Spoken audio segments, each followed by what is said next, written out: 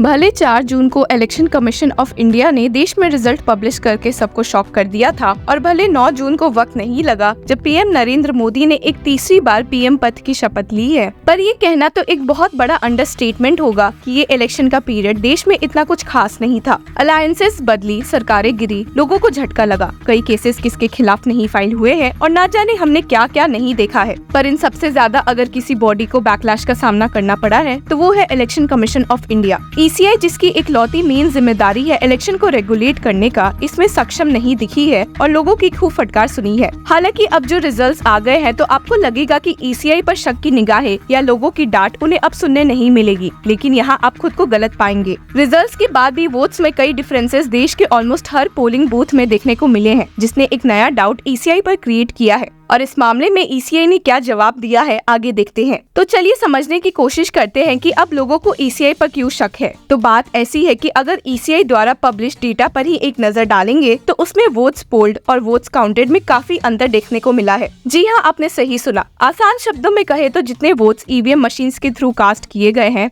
वे counting में differ कर रहे हैं, और कई केसेस में या तो वोट्स कम काउंट हुए हैं in comparison to votes polled, और नहीं तो कहीं कहीं वोट्स पोल्ड के मुकाबले ज्यादा वोट्स काउंट हुए हैं। और ऐसा सिर्फ 1 या 2 पार्लियामेंट्री कॉन्स्टिट्यूएंसी में नहीं बल्कि 542 में से करीबन 538 जगहों पर देखने को मिला है और मैक्सिमम जगह 500 से ज्यादा वोट्स का डिफरेंस भी मिला है। तो चलिए एक नजर इन डेटा पर डाल लेते हैं जो कि ईसीआई के वेबसाइट से मिली है, जब उन्होंने बहुत ही पुशबैक और पॉलिटिकल पार्टीज के प्रेशर में आकर सारे फेजेस के पोल डेटा को पब्लिक किया था। तो फिर उस टेबल पर एक नजर डालते हैं जहां पर कई वोट्स को काउंट ही नहीं किया गया है। इस चार्ट में आप साफ देख सकते हैं कि कई जगह पर करीबन 16,000 तक के वोट्स को इग्नोर किया गया है। तो चलिए अब एक नजर डालते हैं उन जगहों पर जहां पर ज्यादा वोट्स काउंट किए गए हैं। और जैसा कि आप देख सकते हैं कि करीमगंज में 3,811 सरप्लस वोट्स को काउंट किया गया है। और आपको बता दें कि वहां पर Bharatiya Janata party candidate Kripant Malla registered a victory with a margin of 18,360 votes. पर लोगों के मन में सवाल ये डेटा को देखकर यही पैदा हो रहा है कि भला ये इक्वल क्यों नहीं है और वोट्स कम और ज्यादा भला कैसे काउंट किए गए हैं।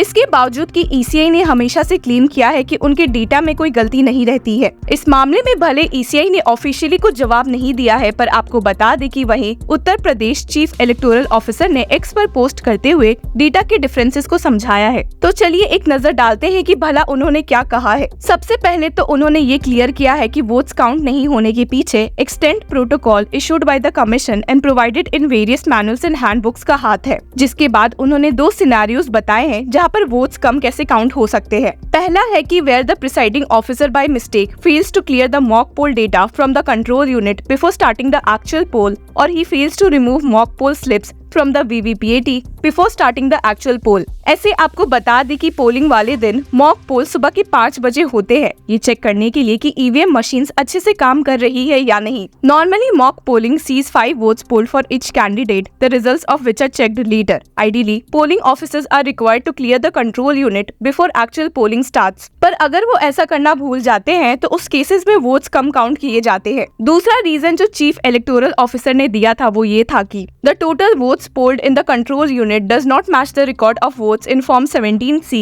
prepared by the presiding officer. वो records incorrect number by mistake. यहाँ पर शायद आपको ध्यान आ गया होगा कि इसी फॉर्म 17C के डिस्क्लोजर की मांग सुप्रीम कोर्ट में की गई थी ADR द्वारा, जिन्हें की senior advocate Prashant Bhushan represent कर रहे थे। पर सुप्रीम कोर्ट ने अंत में इस प्ली को रिजेक्ट कर दिया था। Form 17C is a polling booth by polling booth comprehensive voting record. It contains information such as the number of voters assigned to each polling place, the total number of voters registered in a given area, the number of voters who choose not to cast a ballot, the number of voters who are denied the opportunity to vote, the total number of votes polled by electronic voting machines, and details regarding ballots and paper seal. और शायद इसी में incorrect data की वजह से votes कम count किए जाते हैं। भले चीफ इलेक्टोरल ऑफिसर ने वोट्स कम काउंट होने की बात समझाने की कोशिश की है, पर किस केस में वोट ज्यादा काउंट होते हैं वो नहीं समझाया है। कई लोग बोल सकते हैं कि वोट ज्यादा काउंट शायद पोस्टल बैलेट की वजह से हुआ हो, पर आपको बता दें कि ईसीआई ने अपने डेटा में ये साफ लिखा हुआ है कि पोस्टल बैलेट्स के डेटा इसमें काउंट नहीं किए गए हैं। तो हम इस पॉसिबिलिटी को एंटरटेन नहीं कर सकते हैं। पर ऐसे में सवाल तो ये पैदा होता है कि क्या ईसीआई को फॉर्म 17C डिस्क्लोज नहीं नहीं करना चाहिए जब गलती की इतनी गुंजाइश देखने को मिल रही है। इन सब के अलावा भी आपको बता दें कि यूपी चीफ इलेक्टोरल ऑफिसर ने अपने पोस्ट में कहा भी था कि जिन दो सिनेरियो की वे बात कर रहे थे उन दोनों के भी वोट्स काउंट होते हैं, बट उसके लिए भी कुछ कंडीशन है। एंड इस बारे में it was stated the votes of above two categories of polling stations are counted towards the end of the counting only in the case if the sum total of votes polled in all such polling stations is equal to or greater than the margin between the first and the second candidate. If it is lower than the margin then the votes are not counted at all and therefore there arises a difference between total votes polled by EVMs and votes counted. पर भले ये condition है vote counting को लेकर, पर क्या हर एक vote count नहीं होना चाहिए? और वो भी तब जब कहीं ना कहीं जीत बहुत ही कम मार्जिन से भी होती है। जैसे कि यहाँ एग्जाम्पल लेते हैं मुंबई नॉर्थ वेस्ट इन महाराष्ट्र का, where 9,51,580 EVM votes were polled, but 9,51,582 EVM votes were counted. That is, 2 surplus votes were counted. The Shiv Sena's Ravindra Dattaram Vaikar secured the lowest victory margin of a mere 48 votes, defeating Shiv Sena Uddhav Balasaheb Thackeray candidate Amol Gajanan. इस मामले में कई लोगों ने ECI के ऐसे actions के खिलाफ आवाज उठाई है, जिसमें कि जगदीप चोकर,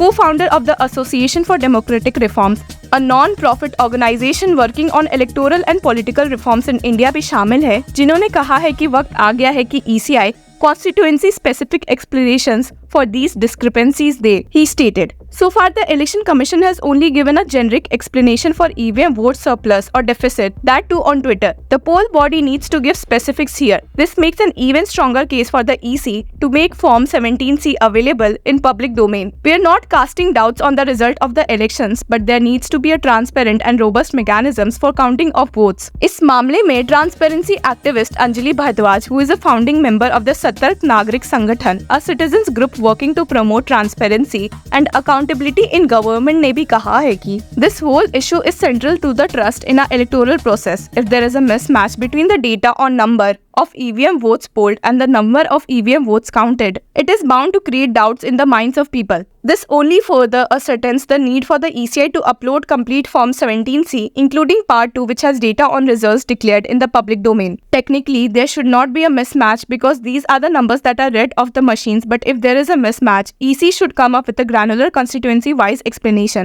Interesting बात तो ये है कि ऐसा इल्जाम पहली बार ECI पर नहीं लगा है कि उनके डेटा में irregularity देखने को मिली है, और ऐसा 2019 जनरल लोकसभा इलेक्शंस में भी ऑब्जर्व करने को मिला था, जिसकी हियरिंग इस साल जाकर सुप्रीम कोर्ट में हुई थी। During the hearing, the Election Commission rejected all claims of discrepancies found in multiple parliamentary constituencies during the 2019 elections, saying the petitioners and the media had considered data on the approximate number of votes polled published on the Election Commission's app, and that was why their data did not match with the actual number of votes counted. अब जो ये मामला वापस से उठ रहा है, तो देखते हैं कि इस बार इलेक्शन कमीशन ऑफ इंडिया क्या जवाब देती है। Till then, keep following law चक्रा।